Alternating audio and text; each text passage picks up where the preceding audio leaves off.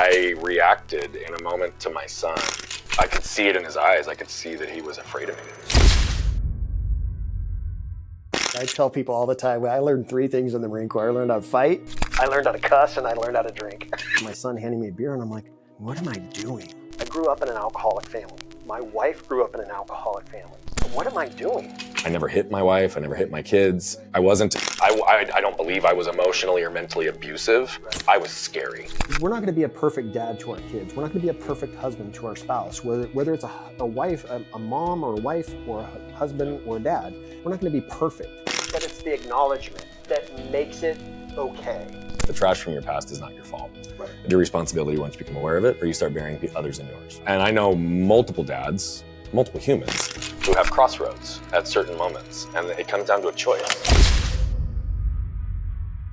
To flip on the lid, you know what we do here. We jump in, we go in deep, and we'd like to unpack the lives of some of the most significant and successful people who are making impact in this world. Sometimes they're big names, sometimes they're not big names, but I don't really care about that. I care about the impact and the heart of the individuals. I also care about their willingness to jump into the stories of their lives, the trials, the tribulations, the dark moments. And today, our guest is an unbelievable father, and by the way, has a podcast that is kicking ass called the Dad Up Podcast. But this man is just grounded. He's humble. He values relationships.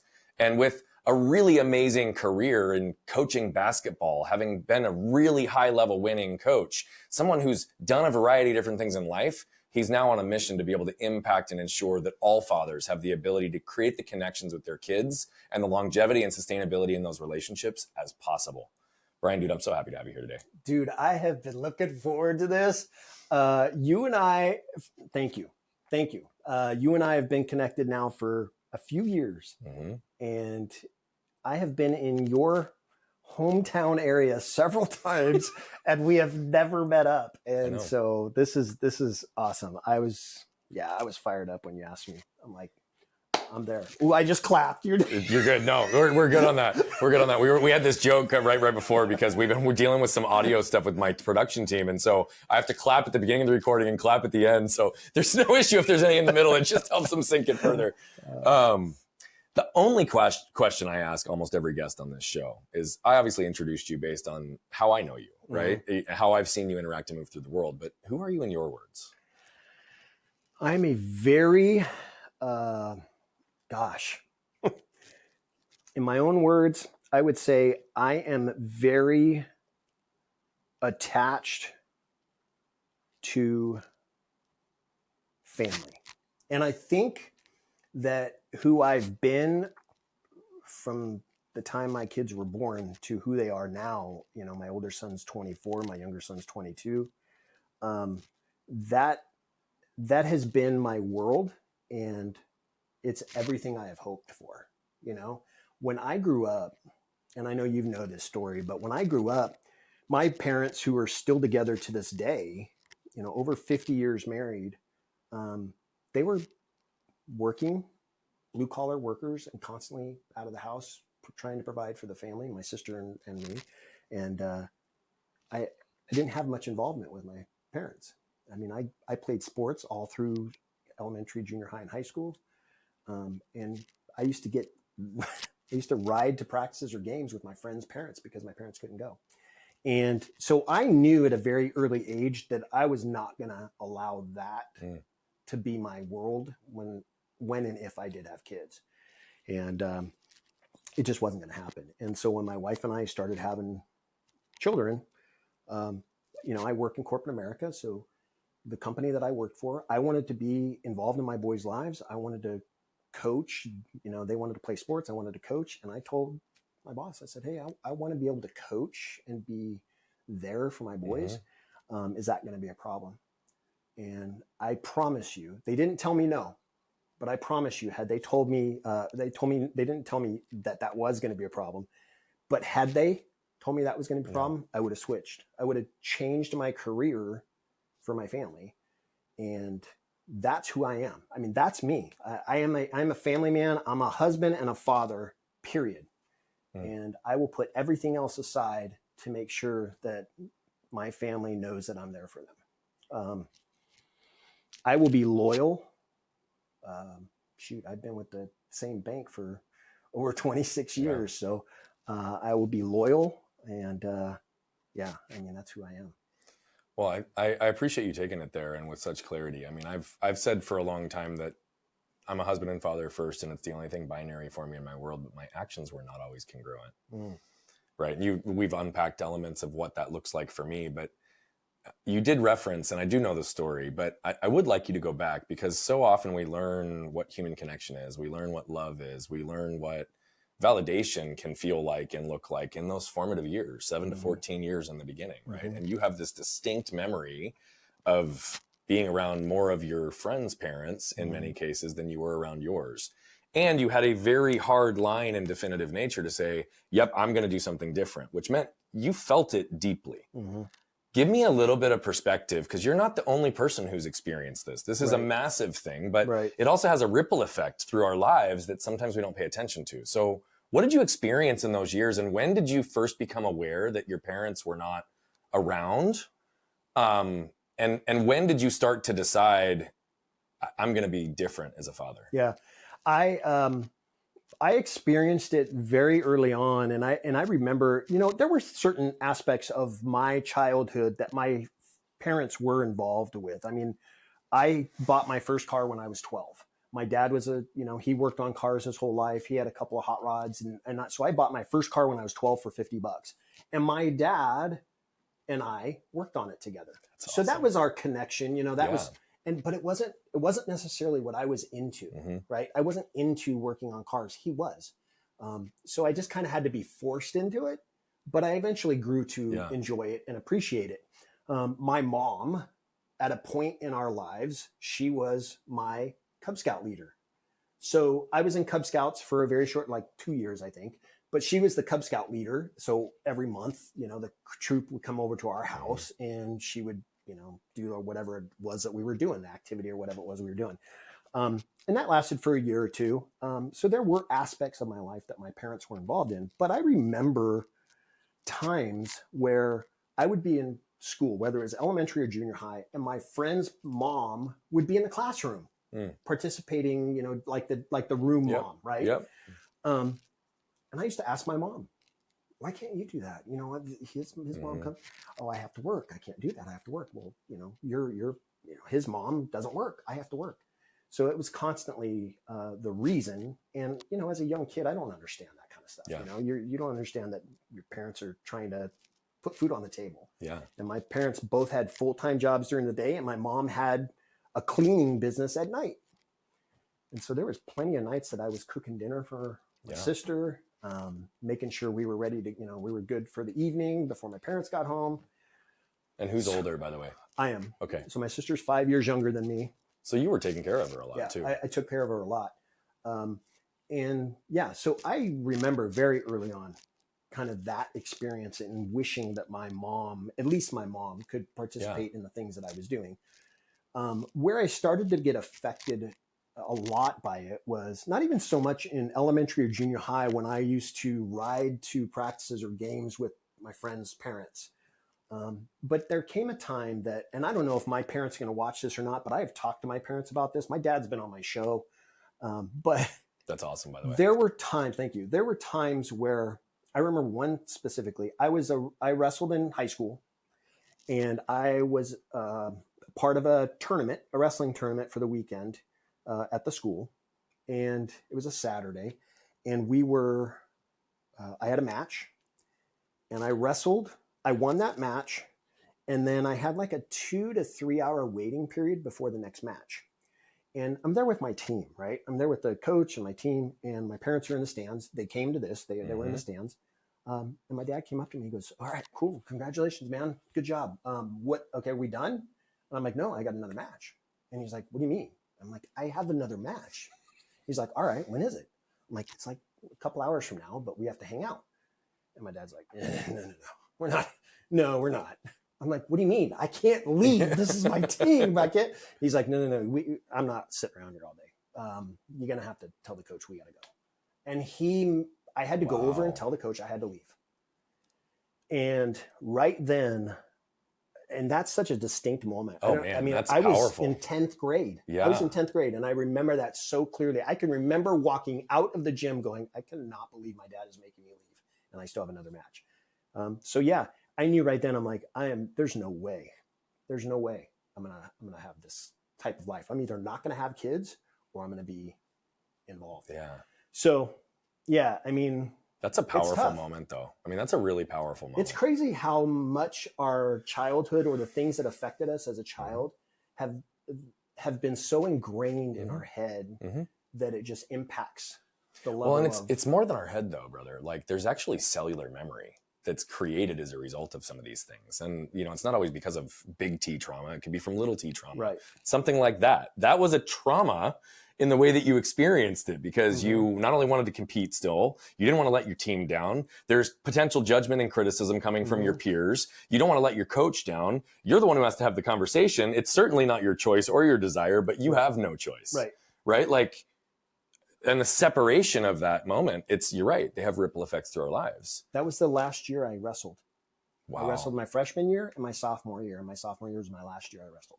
Now, I don't know if that was the reason, but but here's the reality. Like that's just the truth. Yeah. Like these things happen. And again, that's why we help people identify and remove the trash from their past, because it's the singular thing that keeps people stuck every single time. I'm going to tell you something else. This is how much like the impact that I've had on my boys' lives and how involved I've been in their lives. I can tell you I swear to God, I have not missed an event. I can count on one hand how many events I've actually missed of theirs for whatever reason, whether I had to be at another event for one of my other boys or there was something, I was out of town. Right. But one hand, I'll take it even a step further. Today, we're here visiting my son, right? I was with my wife, my son, and his girlfriend playing at Top Golf, and I had to leave to come here. And I probably apologized to my son 10 times, like on the way, because he had to come out to the car. We had to, and I was like, dude, I'm really sorry. He's like, Dad, you should be doing this. He's telling me, he's like, you should be going and meeting these people that you've known forever. But I still felt bad. Yeah. And he's 22 years old. I mean, dude, I just got goosebumps truly down my spine on that, because two things are so apparent in that. One, the level of care and commitment that you've made to your family is huge. I'm going to argue that there's an element of shame and blame that's connected that you still put yourself through. And you just demonstrated that, right? Like you have no reason to be apologetic. You have no reason to be existing in shame and blame, but you feel less than. You don't feel like you're giving him everything you're capable of. And anything that's distracting his attention from him, you want him to know there's a reason, and you feel like you need to justify it. Well, guess what? That's all a pattern of the conversation we just had about your dad. And so I'm so grateful that you brought it there.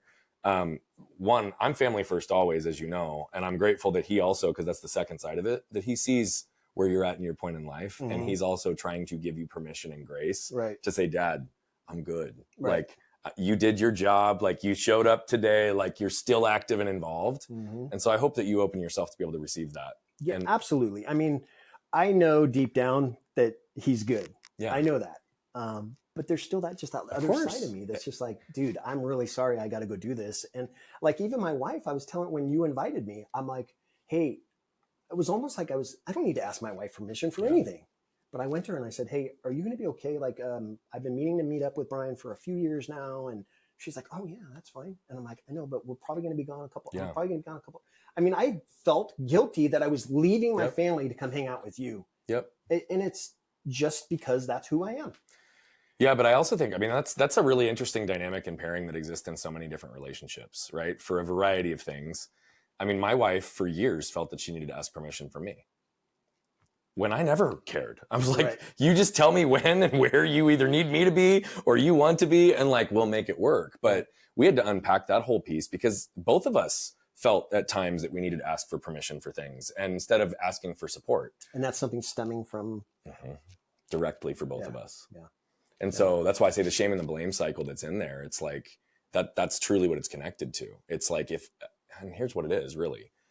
I learned to receive love, validation, and connection through performance, i.e. what I did for other people, right? That's not necessarily how my parents raised me. It's just by byproduct of my experiences, my situations, and my life, like love and connection almost felt contingent. in some cases, to the point where it's like I had to feel like I had to ask for permission, or I would feel badly if I vocalized my own thing, or if I actually showed up and said what I really wanted, or I broke the pattern of how we would always do something for years because it wasn't something that made me feel good. Every single time I did that, but that was my side of shame, right? It's not, I'm not worthy, I'm not good enough. I had moments there. It's when you show up in the arena and you're ready to go to battle, it's like, who do you think you are? Right. Who do you think you are to say bye to your kid and your family playing Top Golf when you're here to see him, to go see somebody that you, I mean, like that's what it is. It's that narrative that's a shame and blame frequency, and it's connected to those same patterns. Yeah. It's funny because my wife and I, we have, another thing that I've mentioned to you in the past, obviously, but my wife and I we have a marriage coach that we go to. We've gone to this lady now for 4 years, like 2 years before even COVID started. So we've been going to her for a while. I love that you're doing that. We go to her every single month. We actually really enjoy it. But it's funny because we've talked about this type of subject, and my wife will tell her name's Karen. My wife will tell her, he feels like he has to ask me, or he feels like I'm not being honest with him. So it's like, I'm saying, hey, I'm going to go hang out with Bryan. We're going to get a chance to meet up. Are you okay with that? Oh yeah, absolutely. Wait a minute. Are you sure? Like, and so you don't trust the answer. Right. I don't trust the answer. So then Karen's like, so now you don't trust your wife because you don't trust even the though answer. she hasn't given you a reason to not trust her. She's a grown adult. You don't think she's going to tell you how she really feels? Yep. Oh no, she would. Okay. So then why are you questioning it? Because you always were concerned that the answer was going to change with your parents. Exactly. Well, that's exactly what that's exactly what it is. And so because you didn't ever know, you asked 4 times to confirm, because you're one, you don't want the answer to change in some cases. And 2, you just want to make sure that what you're going to act on, you're not going to be then judged, criticized, or punished for afterwards. Right. Exactly. Like, it's all connected. Right. And so I love that you guys are going to marriage coaching and that you've been doing that actively. I think that's something that all relationships would benefit from. 100%. My wife and I truly, it was one of the singular things that saved us, even when we didn't think we needed it, which is really fascinating. I have to go back to something that you said earlier, just because I'm a car guy as well, and I really resonated with what you said, because my dad can fix and repair anything, and we've torn apart and rebuilt, restored multiple cars together. So, and I've got a 1981 CJ5 in my garage that both my kids have turned wrenches with me on. Why haven't you shown it to me yet? Well, because it's not freaking running right now, because that's what I learned, is that Jeep really does stand just for empty all your pockets. Right. And I have spent so much money trying to fix this fuel injection issue. The next step is I just need to bite the bullet, and I'm replacing the whole system. But point is, I'll show it to you before you leave. Okay. But what was your first car? And if you can take yourself back to some of those almost forced memories that you learned to appreciate, outside of your own car, what was your favorite project to work on with your dad? Yeah. My first car, I had this doesn't even exist anymore, but there was a thing called the paper route. Oh, yeah. that boys, or girls, no. But back in those days, let's be honest, there weren't many girls that were doing it. Mainly boys. I had a paper route, and I lived in a small town of about 1,200 people, and it was my best friend and me. We had the only 2 paper routes in town. He had one half of the town, I had the other. And so I was, as an 11-year-old kid, I was making pretty decent money. Yeah. And I had half the town. And my dad was very adamant about this is just kind of going off the sidebar, but he was very adamant about how I ran my business, my paper route business. He's like, I don't want their papers on the lawn. I don't want it on the driveway. I want it on the porch. He goes, trust me, you do that, you're going to get tips like crazy. And that's why you're wondering always why it's the right answer also, because there was always something that had to be corrected. Exactly. I mean, and I'm telling you, every single time I got that paper on the porch, whether I threw it and made it, or if I missed, I would go get it and put it on the porch. And I made a ton of money in tips. But anyways, that's a sidebar. I will tell you, so I bought my first car for $50. It was a shell. It was a 1962 Chevy Nova. Oof. My dad had a 63 that my dad still owns today, that he bought when I was a toddler. Wow. He still has it today. But I bought a 62 Chevy Nova. It was a shell. And this guy had it in a field about 8 miles from our house.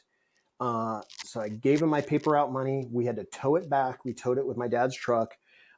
And he let me drive as a 12-year-old kid down the road to the house, 8 miles. I was sitting on a Knutson crate, steering, and he said, just keep your foot on the brake. Do not touch anything else. You just gently touch the brake and steer. You'll be fine. We didn't have one of the bars. We were illegally towed it all the way back to the house. That was my first car, and it was a project. Yeah. It had nothing. It was a shell. And I bought another 62 Chevy Nova that had an engine and everything in it that we used for basically parts. Yep. And so I did that. And that took me until I was about 15. Okay. So 12 to 15. And I was putting my own money into it. My dad wasn't. He was not participating in that part of it. Now, he was providing all the instruction. He was providing all the help, all that kind of stuff. He had the tools. He had the tools. He had the garage. Yeah. He knew the connections for like the upholstery and the paint and all that kind of. He painted the car himself. He and a buddy painted the car themselves. But he had a guy that did the upholstery. But I paid for it all. And it took me, from 12 to almost 16. I got it done right about 15 and a half or so. But I used to, when I had not even before I had my permit, we lived in a house that had a back alleyway. I used to practice driving that car. It was a stick shift. So I'm going to ask you right now, there's probably zero, but how many kids out there now that are 15 years old or 16 know how to drive a stick shift? Probably very few. 0 to very few, right? Yeah. I was 13, 14, 15 years old driving a stick shift, and it wasn't a stick shift. It was a column. Oh, yeah. It was 3 on the tree. I had a 3-speed on the tree on the column. For those of you that don't know, it's on the steering column. Yeah. And I used to practice that thing up and down the alleyway behind our house, learning how to drive. That's awesome. And probably the I got to stop for a second. I'm going to get emotional on that. My dad taught me a lot about cars. And as much as those times really weren't 100% effective in that's really what I wanted to do, those were the times that I got to hang out with him. Mm-hmm.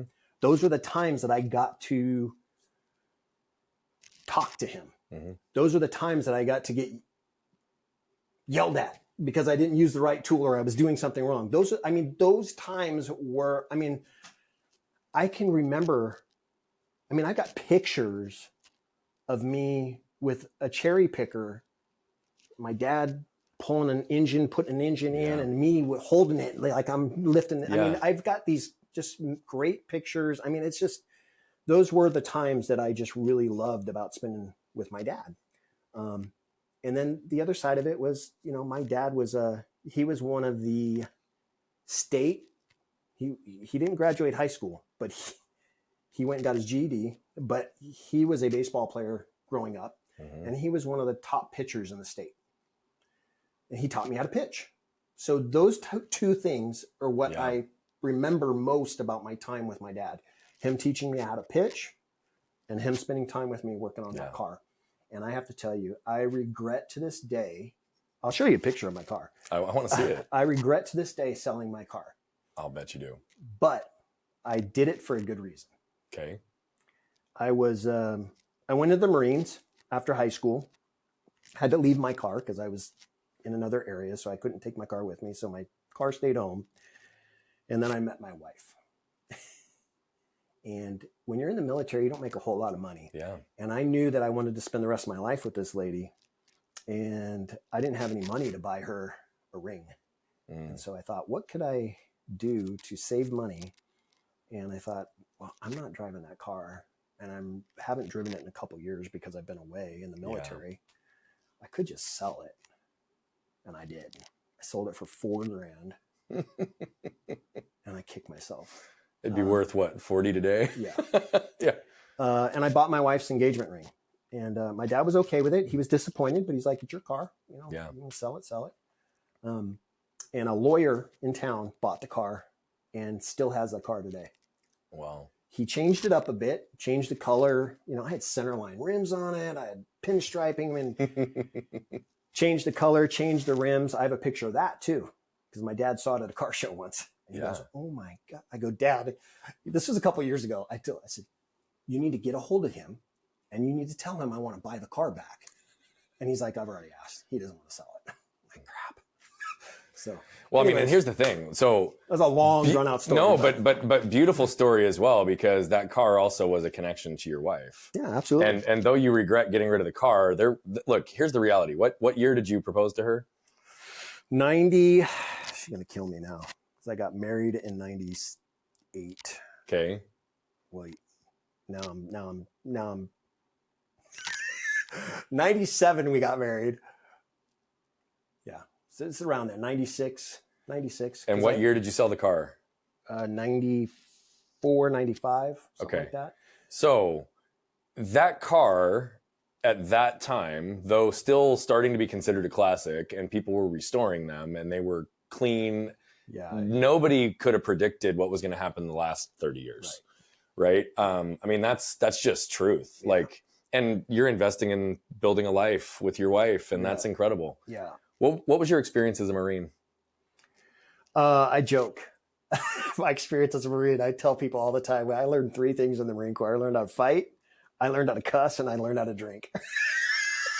That's what I learned. No, it was an experience that taught me, discipline, work ethic, responsibility, being proud of serving and being a part of defending the country.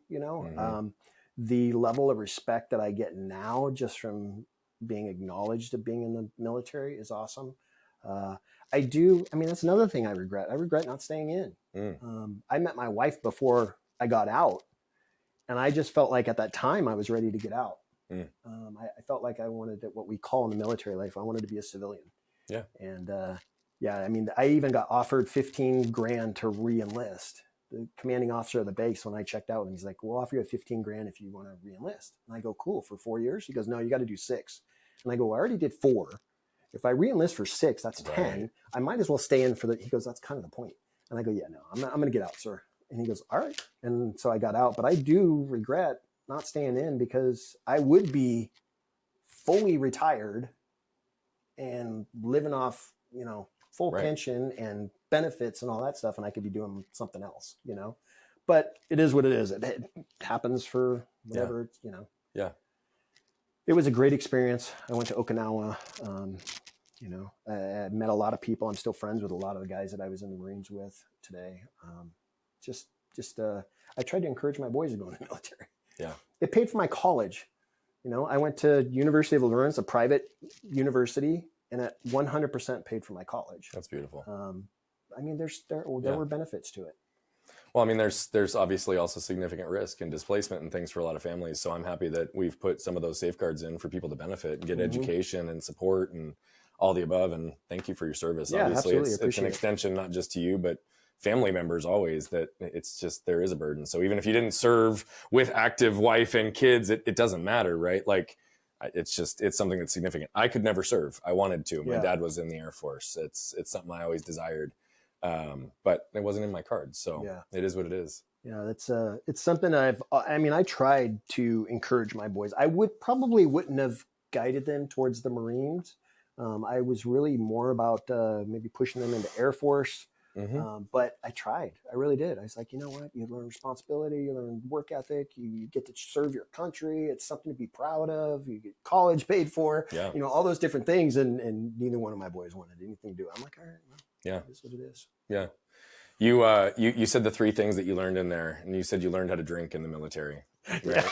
And I also know that the future of drinking for you ended up taking some different paths. Yeah. So I know you're willing to go there. You talk about it often, but when did you start to realize that you were having a problem with your relationship with alcohol? Yeah.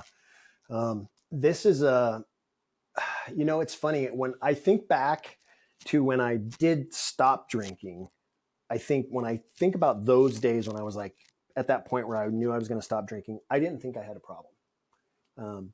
I was what they call a functioning alcoholic. I never did any drinking and driving. Yep. If we went somewhere as a family and I was going to have something to drink, my wife knew that she was driving. Or if I knew I had to drive, I wouldn't have a drink of I wouldn't have a drink of alcohol because I just didn't want that part of my life. I coached, obviously. I coached my boys in all kinds of sports, my nephews. I've several thousands of kids that I've coached over the years. Not once did I coach my kids or coach teams under the influence. Just was not a part of my life. I wasn't going to go there. However, I was one of those people that was a social drinker. And then when I was at home, it was affecting me. And when I noticed it starting to become a problem, and I think about it now and I go, man, you did have a problem, dude. You really did. Because I had a refrigerator out in the garage, and it was one of those little hotel kind of refrigerators, you know. And we didn't keep anything in it. It was just kind of my, you know, this was my garage was my man cave. And it was filled with alcohol. And we never put alcohol in the fridge in the house, or just, you know, maybe a few. But I would go out, I would tell my wife, hey, I'm gonna run out to the garage, get a beer real fast, I'll be right back. But I would go out to the garage, and you could guess what I probably did. I would go out to the garage, and while I was out there, I would drink 2 before I came back in the house with 1. Yeah.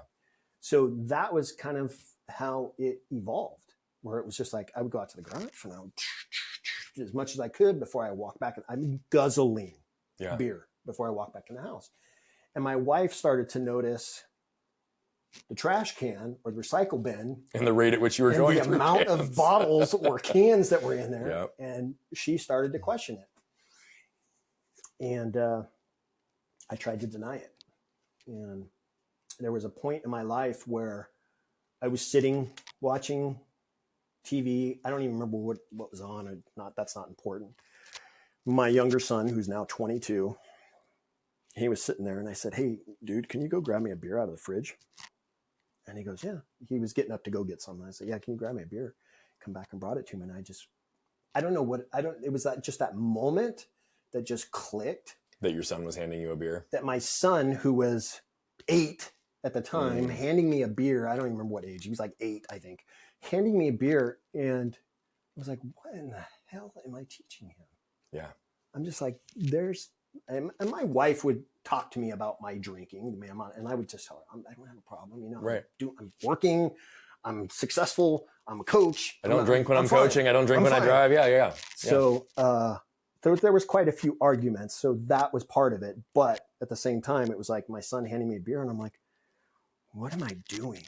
I grew up in an alcoholic family. My wife grew up in an alcoholic family. What am I doing? And it was like that moment that I told my wife, I said, I have to stop. And she goes, I agree. She said, I agree. And I said, I know, I'm serious. Like, that's it. She goes, yeah. She doesn't drink.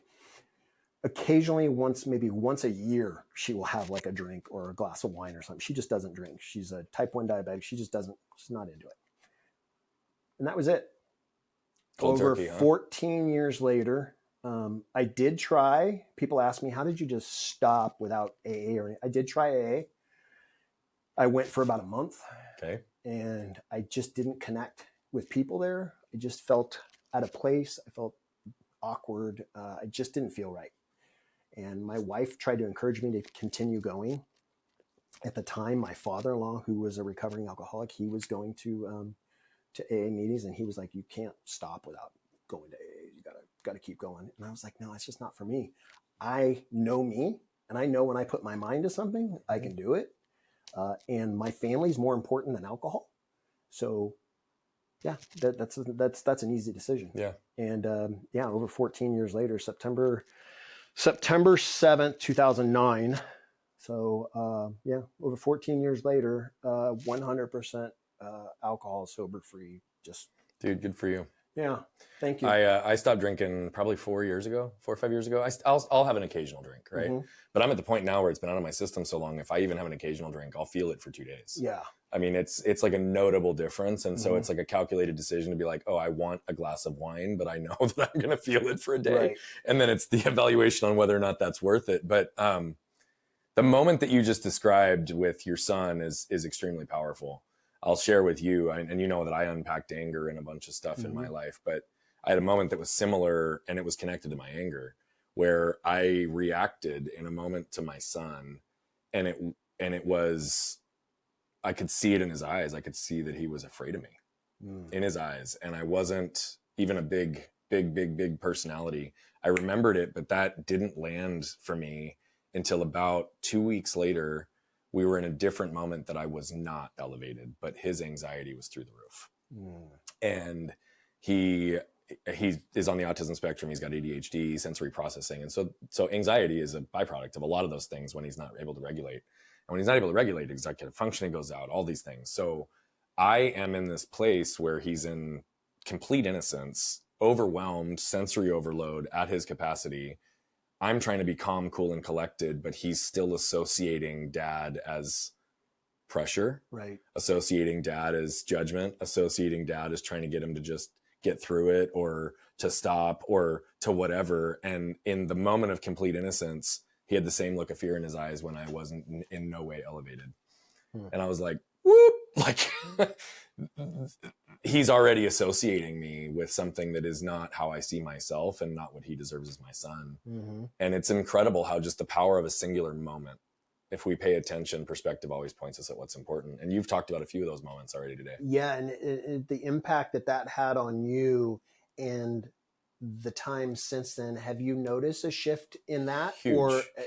So there's nothing ingrained in him right now? No, my kids, actually, I had probably one of the greatest wins I've had in my life about 3 months ago. There was a variety of things that took place in our life that led to a discussion with my kids. They don't even remember having an angry dad.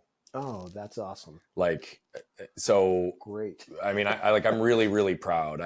You've heard me talk about it on your show and in other conversations. Like when we found out about it, I made a promise to my wife that day that I was going to do everything in my power to make sure the negative effects of anger wouldn't affect our house as a result of me again. And in the next 12 to 18 months, it happened about 4 times, right? I knew it would. Right. I would do everything in my power. I'm human. Like I still, but it's probably been 18 months since there was anything material that was like elevated at a point where there was clear, obvious damage based on a reaction. And, my wife and I say now we've been together for 17 years. We hid from each other for 14 and she's only felt emotionally safe with me for about 18 months. But, and that's got to hit you pretty raw. It does. It does because I was blind to it. Yeah. I truly was. Yeah. Right. When I say that my actions weren't always congruent, I never hit my wife. I never hit my kids. Right. I don't believe I was emotionally or mentally abusive. Right. I was scary. Yeah. Right. Because there would be a moment of reaction and dad, I mean, I have a big energy, that big energy coming out in a way that's designed to hurt someone. Yeah. Anger is armor. It's designed to push everything away from you. Right. And so that puts a level of edge and trauma in people's bodies and existence. In our case, and we've talked about this, her dad was an angry dad. He broke furniture. He never hit her. Right. But she has an association to lack of emotional safety that no matter what I did, if I elevate, it's done for. It's gonna. And so she can attribute to the fact that it's like, yeah, there's an element of my lack of safety that wasn't 100% because of you. It's because of my conditioning and the way I would, but that's not the point. I was still the technical aggressor, if you will. Right. And that, but it's like those moments we have to be able to capture. Yeah. I talk to a lot of, and thank you for sharing that. I talk to a lot of dads on my show that, when they talk about these various experiences, whether it's, sobriety for them, going through, with drug abuse or alcoholism or anger issues, there is a time when you're a dad, you have to understand that you're still human. You're still going to mess up. I don't know how, the people that watch your show and follow you, I don't know how religious they are, but there's only one perfect father, right? So we're not going to be a perfect dad to our kids. We're not going to be a perfect husband to our spouse, whether it's a wife, a mom or a wife or a husband or a dad. We're not going to be perfect, but it's the acknowledgement that makes it okay. As long as you work on that, right? You can acknowledge, you know what? I acknowledge I'm an alcoholic, but there's nothing I'm going to do about it. That doesn't do anything. No, it doesn't. Acknowledge it and work on it. You acknowledged it and you're working on it. Even if it's still a work in progress, that's okay. Here's the reality. The 5 pillars of our ways to wealth actually gained clarity as I had to do this myself because I didn't have a healthy pathway to do it. right? A lot of the models that I was witnessing out there didn't exist, but that was truly what it was. I mean, here's what I say always is the trash from your past is not your fault. Right. It becomes your responsibility once you become aware of it, or you start burying others in yours, right? And so to your point, and I know multiple dads, multiple humans who have crossroads at certain moments, and it comes down to a choice, right? It comes down to a choice on, to your point, what's more important? Who am I serving? Am I serving my kids or am I serving the bottle? Right. And the reality of it is like our ability to see truly what's important in those moments is what helps us go through it. Right. But we have to put in the work. We have to apply the effort. We have to remain consistent. And this goes back to something else that we talked about earlier. I had to regain trust in the eyes of my family. Absolutely. And it wasn't even a conscious level of trust. It was, they had patterned conditions as a result of how they needed to show up to make sure dad didn't react. No different than what you described with your dad in some cases with like, nope, I'm doing this. I'm like my dad, right? There's all these little patterns. And I think the fathers that create repair in the moments of damage are the ones that ultimately maintain relationships with their kids, because it's not only showing them the lack of perfection, it's showing them and demonstrating to them how to create repair, and accepting and acknowledging that we are going to create damage intentionally or unintentionally, always for the rest of our lives. It's our job to create as little as possible and repair what we have. Right. Like that's what it comes down to. Yeah. I think that dads that, and there's dads that watch my show and don't acknowledge what you refer to as the trash of their past. They don't acknowledge that in themselves, and they continue to live the life. And then they wonder when their kids are like my kids in their 20s and they don't have the relationship that they had, that they thought they would have had. You can't expect, I'm going to say this, what camera do I talk into? Look into this one, bro, because this one's going to go direct at you. You can't expect your kids to build a relationship with you. You have to build a relationship with your kids. And the fact that you are thinking that your kids are going to come back around to you when they're in their 20s or 30s, that's not going to happen. I'm telling you right now, it's not going to happen. You have to start building that relationship with your child, whether it's a son or a daughter, when they are young, and you have to build that relationship every single year for the rest of their lives. And that even matters when they're in their 20s and 30s and you think you have you still have to build that. My boys are 24 and 22 and I'm still working on my relationship with them. They're two of my best friends, but I'll tell you right now, I still mess up as a dad. Of course. I'll tell you right now, they still are upset with me at times. I'll tell you right now, I still disappoint them, but guess what? I still have to work on that. And I'm going to continue to work on it and continue to work on it until my dying day. Because when I'm in bed about to go meet my Heavenly Father, I don't want to have any regrets. And if I haven't worked on my relationship with my sons, I'm going to have that regret. I completely agree. And I don't want to see other dads or moms go through that. And I don't want to see other kids experience that. And that's the purpose of why I do what I do now. Yeah. You know? I'm curious because I don't know where this existed in your life, but you identify as a skydiver. And I know it seems like a hard shift, but I promise it's connected. Was that something from the Marines, or is that something that was recreational? No, I'm kind of a adrenaline junkie. Okay. When I was in high school, this was before bungee jumping was really even a thing, right? My buddy and I found these guys that had their own little bungee jumping business, but it was secretive. Like it was not legal. And I'll tell you how likely not very safe. Right. I'll tell you how illegal it was. They had the bridge that they were jumping off of or having people jump off of. They had like watchers like a mile down the road on each side of the bridge with walkie-talkies to let them know if there was a car coming or a police officer coming to hide. Okay, that's the olden days version of like the Fast and Furious, like police scanners. Yeah. So that was me. So my buddy and I were like, we really want to bungee jump. And we came, I don't even know how we found these guys, but yeah, we paid, I don't even remember how much it was, but it was 120 feet of a drop and we got 2 jumps And yeah, it was one of those things where we had to climb underneath this bridge. They had to hook it. They spent an hour hooking Right. everything up, checking on the walkie-talkies to make sure both the, the people that were watching out for everything was clear. And then we would jump. And then they'd pull you back up, hook up the next guy, and then you jump. That was just a rush to me. And so ever since that time, for whatever reason, I've always had this desire to skydive. And not knowing I would ever get an opportunity to do it, but I've mentioned it quite a few times to my wife that it's one of those bucket list things. Yeah. And yeah, she must have been wanting to get rid of me or something, because she's like, we got you a birthday present, and I hope you like it, and I hope you're serious because we got it. And I'm like, what? She's like, you're going to go skydiving. I'm like, dude, let's go. Yeah. She's like, wait, you're not scared? I'm like, no, I'm not scared. Let's go. So yeah, it was, I've done it once. And I'm not at the level with, what's the other guy's name? I forget his name.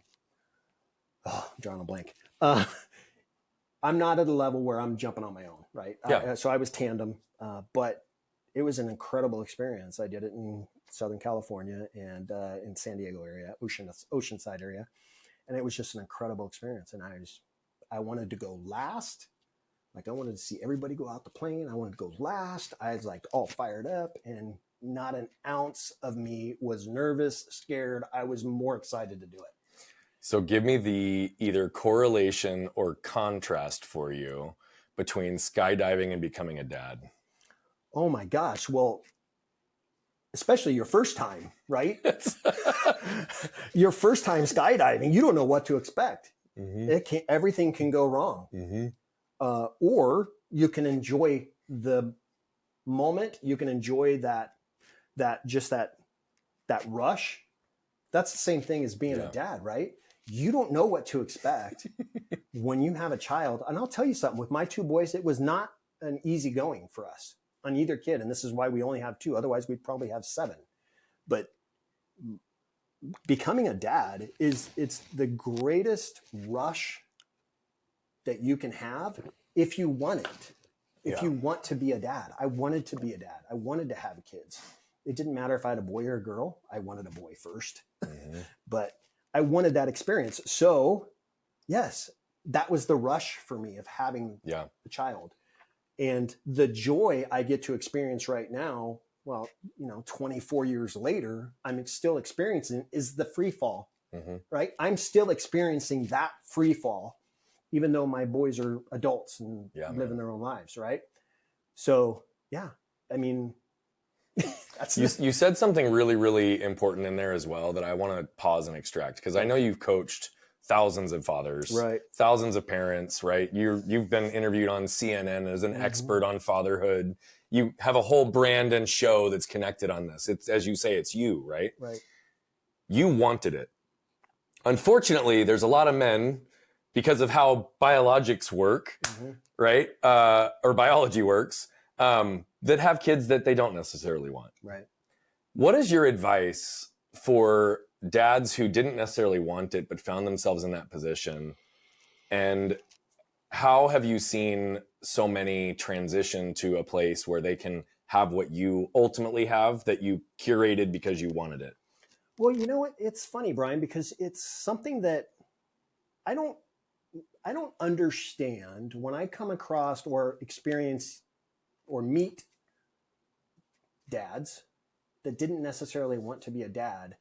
I don't understand how that works, because I can't explain to someone who's not a dad what it's like to love and have you can't put words to it. Love. That's a completely different love, right? The love that you have for your child is different than spouses, a love that you, parents, love that you have anything. your spouse, a parent, that kind of thing. So you can't explain that love. That love is so powerful. That's why it amazes me that when I hear the stories of moms that are single moms, that have dads that had that had men that fathered their child that left. I'm like, how do you do that? I don't understand it. So it's hard for me to explain. It's hard for me to understand that side of it. And I think it's hard because I'm just the opposite of that, right? So I've had conversations with men that have had experiences where they didn't necessarily want to be a dad. Yeah. But it's amazing the way that a child can make us change. Yeah. Right. Yeah. Maybe what we refer to as an accident, which I don't believe in, but what we refer to as an accident, we had this baby and now I'm a dad. I wasn't expecting to be a dad at 20 years old. And now here I am a dad, but I have to tell you, it's the greatest thing I've ever had. It's the greatest experience I've ever had in my life. That's what I expect to happen. My dad had a dad that was not super involved in his life. And it's probably the way that he raised me. He was an alcoholic. My grandfather, who I've met once, died of alcoholism. I don't know how to explain it, Bryan. I don't understand that way of being. Yeah. Because your child didn't pick you. Someone else picked you to be that child's father. And so how you not care for that child and love that child and show that child life. I don't understand it either. I just don't get it. I don't understand it either. So if I met somebody right now that said, yeah, I can't stand my kids. I don't like to be around them. I probably would punch him in the face. I mean, that's how angry it makes me, because I'll give you another example. I'm mentoring a kid right now. He's a freshman in high school, and my wife was his teacher in junior high. His father died. His father passed away. And his mom lives in another country, but she doesn't want him coming back over there. She wants him staying here. So I see that as she's kind of giving up on him. And he lives here with his grandma, and his grandma's elderly. She's by herself. And she's having a hard time, taking care of a teenage boy. Yeah. She has 2 boys of her own that are grown. And so they're his uncles. He doesn't have that father figure, and he needs it. And so my wife asked me, she's like, he needs somebody in his life. He needs somebody. I'm like, let me hang out with the kid. His name's Martin. Let me hang out with him. And so I started hanging out with him, and yes, it was awkward at first. For him, it wasn't for me, because I've hung out with a lot of kids. I've been coaching kids for 20 years. It wasn't for me, but for him, I could tell it was a little awkward. But now he's like one of my kids, and I check in with him, and I just chatted with him just 2 days ago. Said, hey man, we need to catch up. We need to go have. He's like, yeah, let me know when you're available. And I was like, yeah, well, yeah. I've taken him to basketball games. I've taken him to the car show. He's big on cars. It's just, we just have a good time together. Yeah. And he needs that. And so that kind of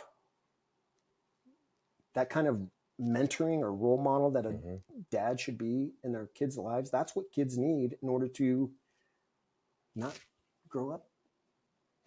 And I'm a big believer that we have 2 parents for a reason, right? And again, I don't mean this to be political. I'm not even saying what those 2 parents need to be, but I think that there's contrast in any relationship raising kids. And inevitably there's going to be someone with a greater masculine role and energy and someone with a more feminine role and energy. And I think those can be highly complementary. Both my wife and I have looked at it through the lens of we can see what our kids would be missing without one of us. Right. And it's not about who's better or worse. It's about what we bring to the table and the recognition and understanding of how we need that contrast even for stability.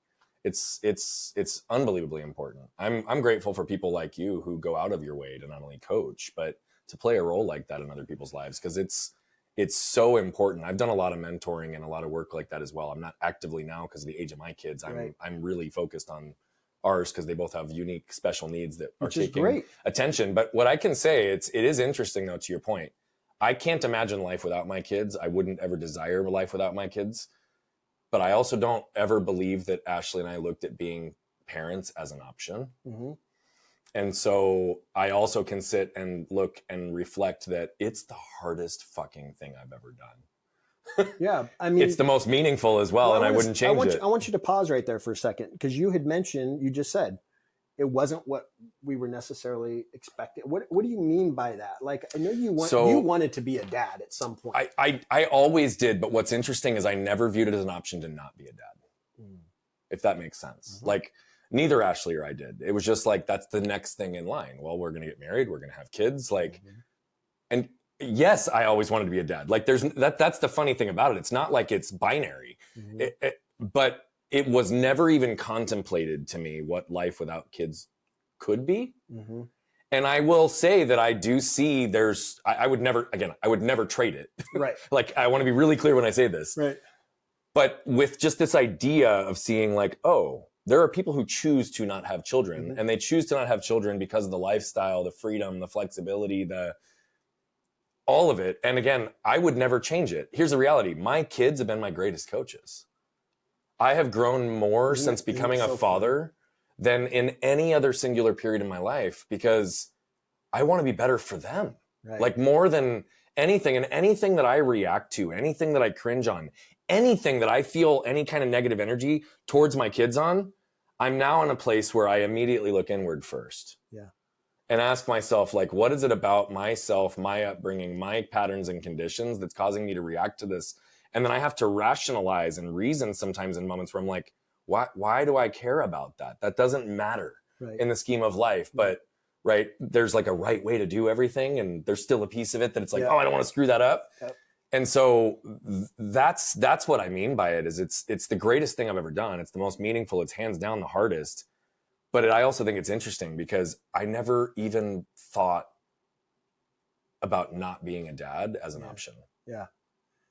Which might sound crazy, but my wife and I joke from time to time that how different our lives would be if we didn't have kids. That's all I mean. And this is, financially, how much we'd be in a completely different, like we'd be driving different cars, the whole deal. Right. And it's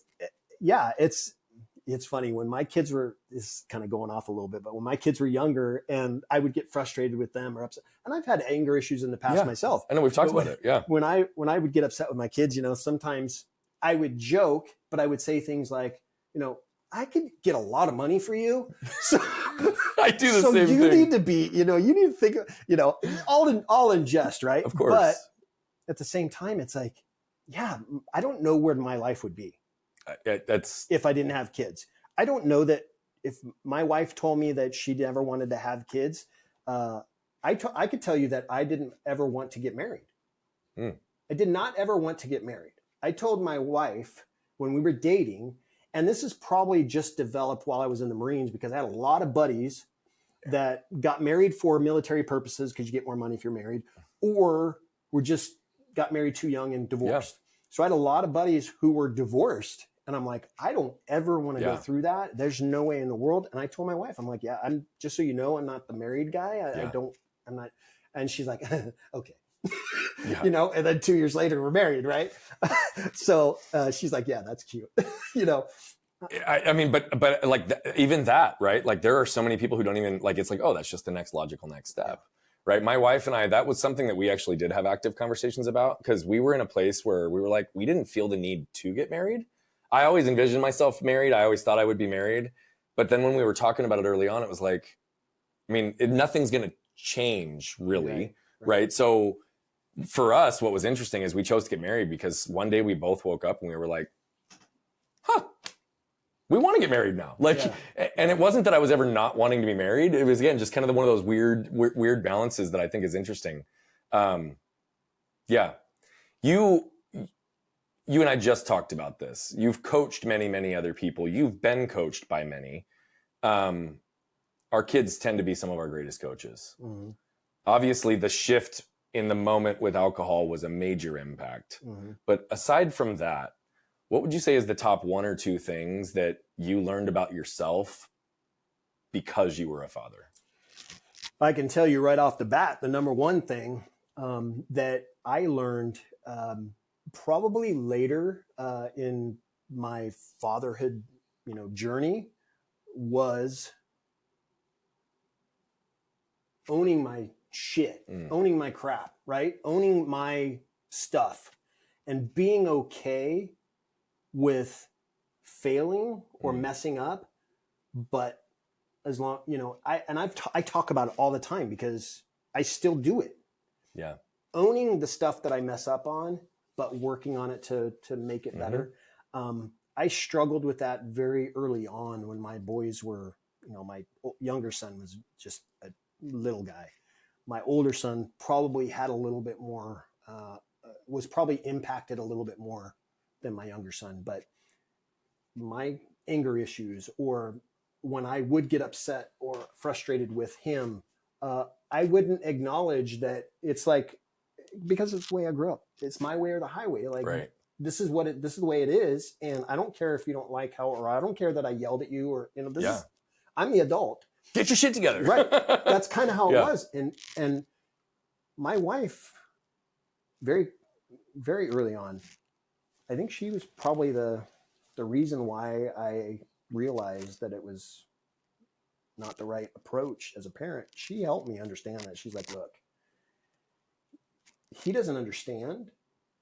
You're the adult, and you have to take that responsibility. You can't expect your kid to take that responsibility. And when you have these moments, and it took a few of those conversations, because then I'd be like, who are you?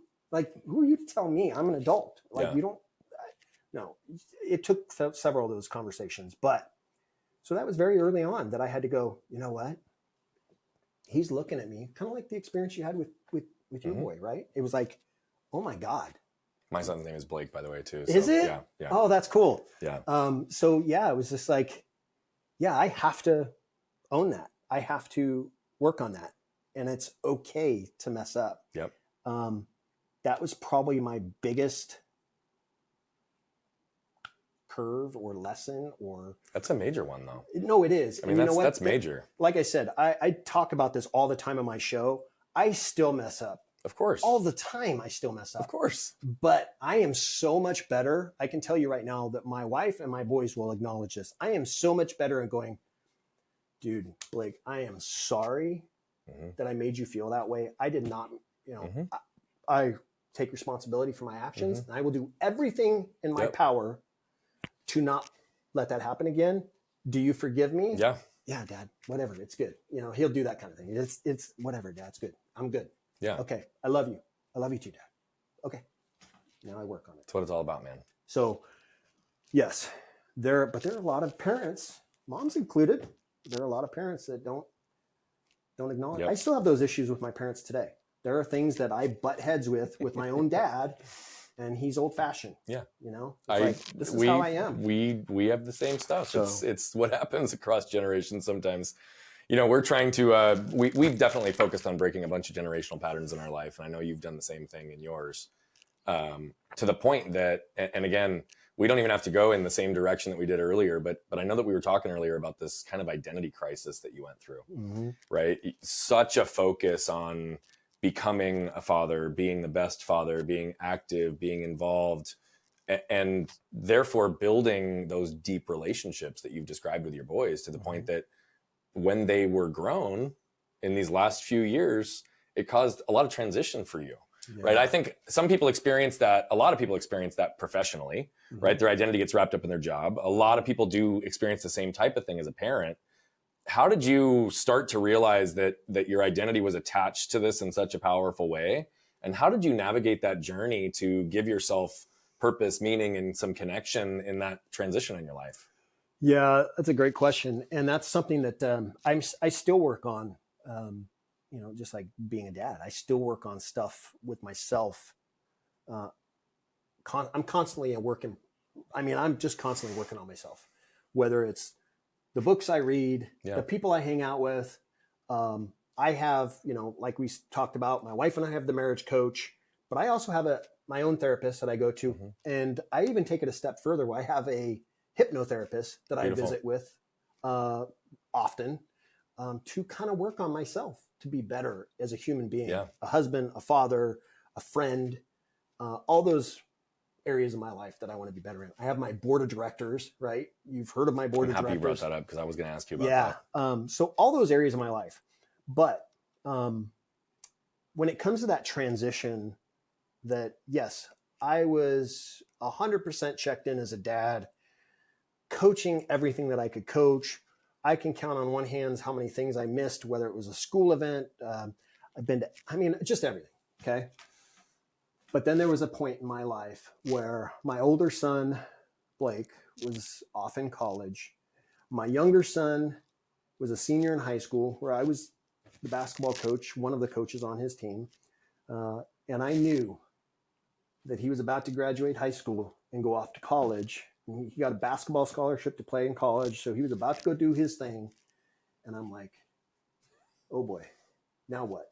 Now my role has ended. Like I was almost in a depressed state. Oh, I'm sure you were. You were grieving the loss of a life you had come to love. Right. This is what this is what my life was. Mm-hmm. And now I felt like my life as a father was over. We obviously know that's not the case. Right. But I couldn't. But that's your experience in the moment, which makes it real. Right. I couldn't envision my life as a dad when they're grown adults living their own lives. Right. And I was really in a tough spot. And I would talk to my wife, and she's like, "What are you talking about?" And I just couldn't picture it. And don't get me wrong, Brian. I was excited for my boys to go live their lives. I wanted them to experience life. That's what you raised them for. Yeah. I wanted to be an empty nester with my wife. I wanted to have them get more of that relationship back with my wife that, we were so focused on them all those years. But I had to figure something out. And what I ended up doing is I had reached out to my brother-in-law, who you know, Ed Mylett. I'd reached out to him, and I'm like, dude, I need some advice, because he's a good business-minded man. I need some advice. He was about to go through the same kind of experience with his kids. His older son was off in college. His daughter was about to graduate high school. That kind of thing was going on. I said, what do I do? Do you have any ideas? And he's like, he told me, and we were sitting out on his back patio overlooking the ocean. It was great. We're just having a conversation. And he goes, Brian, there's one thing in your life that I respect so much about you. And it's the way you are as a dad. You are such an amazing father to your two boys. He goes, why don't you share that with other people? I'm like, what do you mean? He's like, why don't you start a podcast where you can share your experiences with other dads, have other dads on your show. They could share their experiences in hopes that it inspires another dad that may be struggling with something in their own life, or may resonate with them and go, that makes total sense. Yeah. And so I went, that's an idea. That's a thought. And I mentioned it to my wife, and she's like, that is what you're supposed to do. You're supposed to do it. And I went, all right, I'll look into it. And less than a month later, I had my very first episode was one of my best friends who was the basketball coach on the team. Beautiful. And he's one of my board members. He was my very first episode. And here we are 3.5 years later.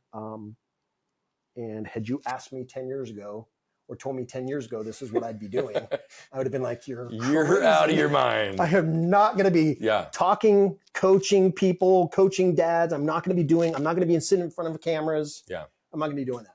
Yeah. That's not me. So, but you are, and you're doing a great job at it. Thank you. I'm going to say that's a thank you to your brother-in-law for giving you the nudge to do that. But I'm curious on that very specific thing. Yeah. I have to ask you, regardless of source, right? Regardless if it was him or your dad or anybody, it doesn't matter. Okay. Like any person, how did it feel to be acknowledged and have the greatest thing someone respected you for to also be what your number one priority was? Well, I'll tell you how good it made me feel. It is something that, and I've known him, means my wife's brother. Yeah. I've known him for 28 years, right? He has never said anything like that to me. Wow. Never, ever, ever have I ever heard that from anybody else. Never even knew he even thought about that. I mean, he's seen me. I've coached his kid, Max, who's a golfer now in college. I've coached him in baseball. So he's seen me coach. Yeah. He knew what kind of a dad I was. He knew what kind of a person I was around, my kids and his kids. But he never had said that to me. Yeah. And for him to say that to me, whether it was a way to sell me, which what motivation would there be on that anyway? Right. I mean, right. But the bottom line is, yeah, it was something that whether it was him or my own dad, my dad's told me too. My dad's told me, he's like, he goes, you're doing phenomenal as a husband and a father, and we're so proud of you and all those kinds of things. It feels great to hear this. And people love being acknowledged and appreciated for the things that they're doing. And so when you have people, especially like him, who's at the level that he's at, tell me that, it shows that he's being humble in who he is as a person, to acknowledge that in another human being, especially, someone who's totally. So again, I even regardless of the source though, like I think to be able to get confirmation around a decision you made as a young boy to dedicate yourself as a father, to know that you wanted to do something different. And then to years later, when you're losing your identity connected to fatherhood, it's reflected back to you that you accomplished everything you ever desired. Right. And that's why that void now exists. Like that's an experience that I would argue many people don't get to have in their lives. Right. To have their greatest identity, their greatest focus, their greatest passion also be acknowledged. But sometimes they do that to themselves. I agree. And I don't think I ever did that. I knew I was a good dad. And I would argue that if anybody ever challenged me on that, they would lose that argument. I'm sure. That's how strongly I felt about it and how confident I was in who I was. And I think that's why it was so that much harder to realize that, my boys are about to go off and live their own lives. And here I am. I did what I've dedicated the last 20-ish years of my life to this. I did what my Heavenly Father wanted me to do. And now here I am going, what do I do? And it's scary. It was scary at the time. Of course it was. And now, my boys are proud of who I was as a dad, proud of who I was as a husband, because I lived a life with my wife and showed her the respect that a wife deserves in front of them. Don't get me wrong. There were plenty of times that we made mistakes as husband and wife, but I showed them, how to honor your partner, your wife, and how you treat a lady. And so my boys saw that. So I know that they're proud of that. And I can tell you right now, as boys that are grown men now, they're two of my best friends. And that's you have no idea how great that is. The fact that you get to be a dad, hey dude, you get to be a dad, you get to raise this little guy, or this daughter, she's going to love you, she's going to be everything in your life, you're going to want to spend every moment of her. Oh, and guess what? You're going to have the relationship when they're adults that you can't compare with anything. Like they're two of my best friends. We go golfing together. I love that. I get touched up about it. But and you know how I feel about the word should, but as you should, by the way. Like should is a shame-based word, but in this case, like the fact that you get worked up, like I love that because it just shows how real and congruent it is. You mentioned your board of directors twice, and like I said, it was something I knew about and I wanted to ask you about. It's a personal board of directors.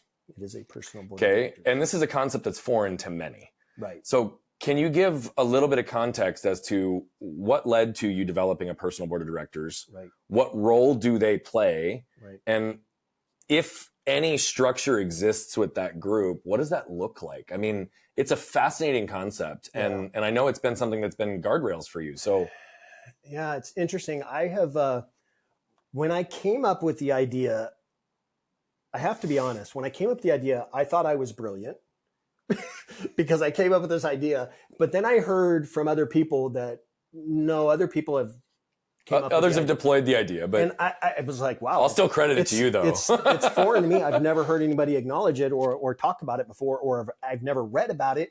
And I work in corporate America, so at the company the bank where I work at, we have a board of directors, and I just thought it was fascinating that so many businesses, so many companies have very strong board of directors that people think board of directors just collect money and look pretty. No, they really help run the organization and keep it smooth, or make decisions that lower tiered people wouldn't make, or obviously, or wouldn't have the skill set to make. So these board of directors really help to keep the company going.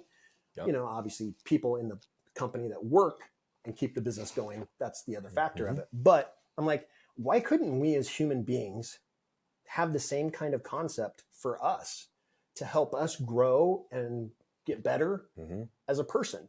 We all want to have coaches in our lives to help train us and guide us. Whether you want to get fit, you hire a trainer. Whether you want to work on your golf swing, you hire a coach. Whether you want to work on, mindset or business, you hire a coach to help you. Why can't we just have a board of directors? So yeah, you could look at it as like, you could hire a bunch of coaches to do those things. And I could essentially pay all these guys to do this.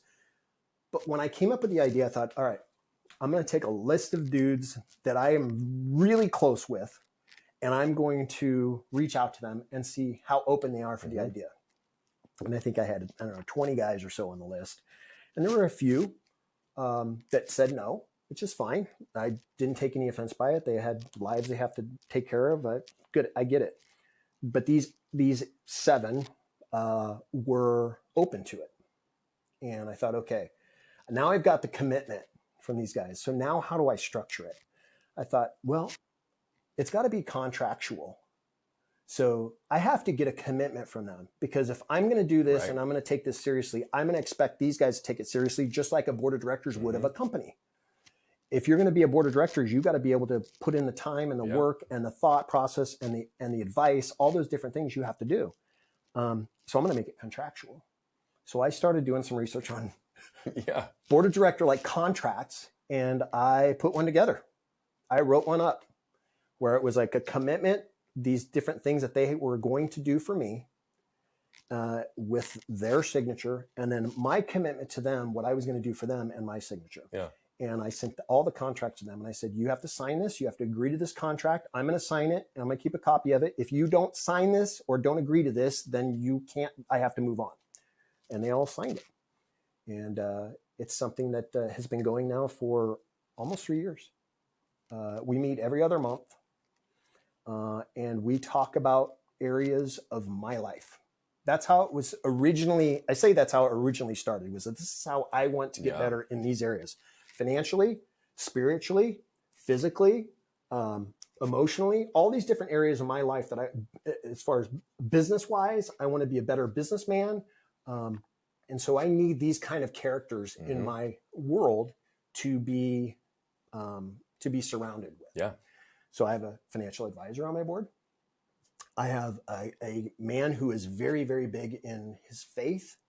I have several entrepreneurs on my board. I even have a guy that's not a dad on my board, because he's an entrepreneur and like a mindset coach. So all these guys are part of my board that give me advice. And I don't have, one of my brother-in-laws is on the board, but he's not like immediate family, right? I consider immediate family like my wife. I've had people say, why isn't your wife on your board? Here's why. I want people on my board that are going to be truthful and tell me what I need to hear, not what I want to hear. And so my wife will be the person that will go, you could do it. She'll tell me what I want to hear, what I think I want, what she thinks I want to hear, not what I need to hear. So that's why these particular men are on my board, because they're telling me exactly what I need to hear, and they don't hold back. Give me an example of something where they didn't hold back and you needed to hear it. Oh, and I'll tell you right movement. now, it caused ruffles within the board, because there was meetings that we would have, and one of the things was my studio, my podcast studio. So before, when my podcast first started off, I was in my dining room table, and I had constantly envisioned having a studio like you have. We were talking about it earlier, having a studio. And every meeting I would talk about my board about it. And they go, well, you need to do this. You need to do this. Why haven't you done this? What are you going to do here? And I go, okay, this is what I'm thinking. This is what I'm thinking. And every meeting, it was like, where are you at on your... No progress. Well, I haven't done this yet. Okay, why not? Well, then it got to a point where they were not having it anymore. And that's what a board does. It's like, look. It's like, dude, we've had this conversation how many times? Mr. CEO of your life, we're telling you what you need to do, and you keep making little excuses to get in your way of doing it. We're not taking that anymore. So then we have a page on, a group DM page on Instagram, and they were hammering me And it got to a point where it was like, okay, now I'm kind of getting offended. Like they're like getting. I thought you guys loved me. I thought it was like important to you guys. I mean, so it was that kind of thing. Like they were lovingly giving me hell. Yeah. And within a week of that transpiring, I have a studio. I love that. So, I mean, but that, I mean, I think that's a great example. And to your point, I think it's a concept that's foreign to so many. I highly love recommend that you did it. I highly recommend it. You don't have to. There's going to be several people that maybe, I mean, we've talked about this. You hire a coach, a specific coach for your business or whatever to help you. Yep. That's okay. You know, I'm not taking away from people that charge money to train people on how to be successful. It's not life, conflicting. Right? I get that. Yeah. But I was able to find guys to help me do kind of the same thing with, I mean, these guys could essentially charge me money, but they don't. They agreed to do this. Mm-hmm. And every year we talk about, do you still want to be on the board? That's what awesome. It comes down to. That's awesome. So every year I go, beginning of every year, I go, who's still on board? If you're not, I totally get it. But do we want to bring anybody else in? We talk about that. And it's always, nope, we like our group. I'll tell you something that's gone even farther with this board of directors. I know we're talking a lot about it, but it's really cool. No, I love the concept, so keep going. The board of directors was started for me. Yeah. Do you know how much each of them have grown? I'll bet. From the connection and the relationship that we all have. We have all managed to help each other, and they have all shared with me individually, have shared with me how much they appreciate our board of directors. Yeah, I think it's cool. And now we're talking about... You've got some really awesome men on your board, too. Yeah, thank you. We are talking about now getting together. One of the guys on my board lives up in Canada. Actually, two of them live in Canada, but one of them in particular, who you know, Jeff, Jeff Lopes, he's got a vacation property in Canada that's right on a lake. Like, we're literally talking about us going a retreat and hanging out. And that sounds epic, bro. It's really cool. That's awesome. What's the meaning of Dad Up? The meaning of Dad Up is simple. I stole the idea it was a concept that I saw called Man Up. Okay. That's where it came from. And how I came up with the name is actually my boys picked it out. Oh, that's cool. I had a list of about 10 names for the show, and I ran it by my wife and my kids, and they go, that's it. I love it. Not Dads Are Us, not, and, I came up with I had a list, and they're like, nope, Dad Up. And I go, I like it because I saw another thing that said Man Up. I mean, we've heard that. Man up, dude. Man up. So that's how What's also interesting, though, is I think and I'll just tell you, at least from my lens, Man up is one of those statements that we've all heard, but I also think can be highly damaging because that can mean a whole lot of things, like don't feel, like shove stuff down, don't be vulnerable, right? But I don't associate any of that same potential energy with the concept of dad, just inherently in the difference in what the role is. And I look at it through the lens of man up often can be for the benefit of others, but it's also about sometimes protection of self. Whereas with dad up, it's not about you. It's about these little lives that you've brought into the world and what and how you're providing for them. And our number one job is to protect them, ensure mental, physical, spiritual, and emotional safety, right? To guide and mentor them, to be the protectors. And Dad Up is like literally up your game, up your game as a dad. Right. So show up, be there, right? All of it, I think, has such profound meaning to it. And Dad Up is, listen, you can be a phenomenal dad to your kids, but there's always another level to get better. There's always another level, and it could be anything. We've talked about many things today that level could be, of course, and it could be something very minor too, very simple. But I just like the concept of just upping my game as a dad and being better huge for my kids. And I still think that way today, even though I consider myself a championship dad. I still think that way today, that I can still up my game. Well, and I love that you do that because you're also showing others how to do the same. And that's something I deeply agree with. I mean, it's something that I don't believe there is any final destination, only constant evolution of self. And I do genuinely believe that there is a greater responsibility put upon people who bring kids into this world because we're responsible for other lives. And that it isn't as deep and meaningful as that is. I think so often it's just very shallow and transactional as well. Like not everybody really appreciates, like to your point, the kid didn't pick you. Right. Kid didn't decide to come into this world. These were like, our creation was 100% based on other people deciding they wanted to have kids or accidentally had them. Right. And so how we can give them that opportunity to go is just beautiful. And I know that's what you're doing with the whole Dad Up mission. Everything that you guys are doing is about elevating fathers, to be better husbands, to be better men. Yeah. And I'm super grateful for that. Thank you. I know that we're running short on time today because I want you to get back to your family. What would be a closing thought you would want to leave our audience with? And again, to the whole point on where do I look, you can look at me or look in that camera if you want to leave them with a thought. Yeah. But what do you want them to remember from Dad Up? And obviously, how can they find you? Well, first of all, let me say this. Thank you to you and the way you Dad Up, the way you represent your family, the way you represent your community, and the relationship that you and I have. It's something that I will always cherish. So I appreciate you as a friend. And I appreciate you welcoming me over to your place to talk a little bit about that. I just can't believe it's been like 3 years, but regardless, it's here, and I appreciate you.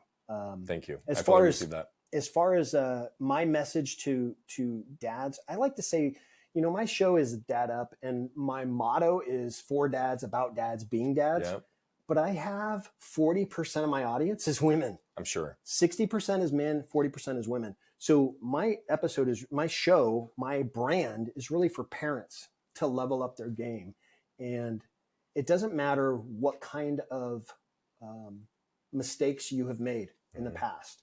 And talking to you parents out there that are watching this, it doesn't matter what kind of issues you've had growing up. It doesn't matter what kind of struggles you faced as a child or even as an adult, or even with the relationship you've had with your own kids. There's always a moment that it can switch, that it can change, but it starts with you. It doesn't start with your child. It has to start with you. And if you don't want that switch to happen, it won't happen.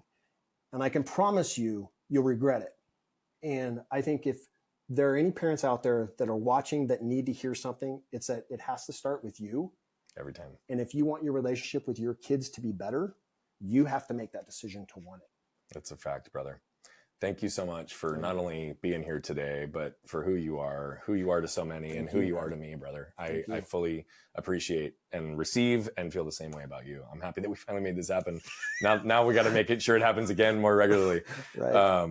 And for those of you who just watched Bryan flip open his lid and jump in, I mean, we unpacked where he came from, the patterns that were created as a result of it, what it even led to, and how the military taught him to be a champion drinker to the point that he didn't even know he had a problem.